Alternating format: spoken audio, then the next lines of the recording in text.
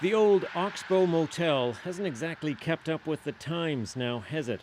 Abandoned, it is perhaps a symbol of the changing tourism landscape in rural Nova Scotia.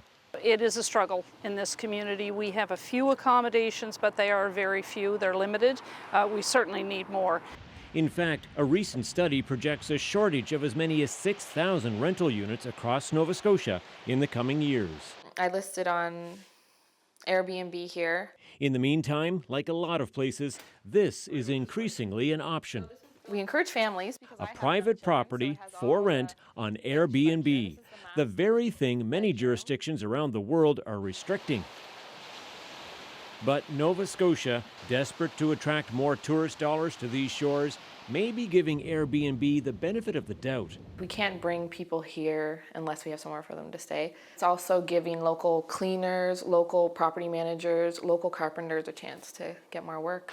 And that's precisely why the province doesn't want to be too quick to clamp down on Airbnb and other sharing economy platforms like it.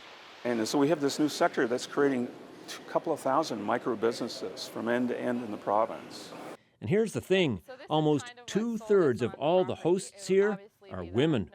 It's hitting all the buttons from an economic development perspective. It's creating women entrepreneurs at a higher rate than any other segment. It's getting older demographic into the business, and it's disproportionately active in rural areas.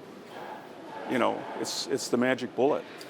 Still, registered licensed rental property owners who, by the way, unlike Airbnbers, pay commercial taxes and HST, say it's time to level the playing field, not to mention regulate quality. There needs to be some sort of inspection device in place to make sure that the tourism industry is protected as a whole, because you're only as good as your rottenest apple. All things the province is considering. And the hope is to put a smaller cabin home here. You're planning to expand? Yeah. As it looks to keep up with the tourism times. Tom Murphy, CBC News, Shelburne, Nova Scotia.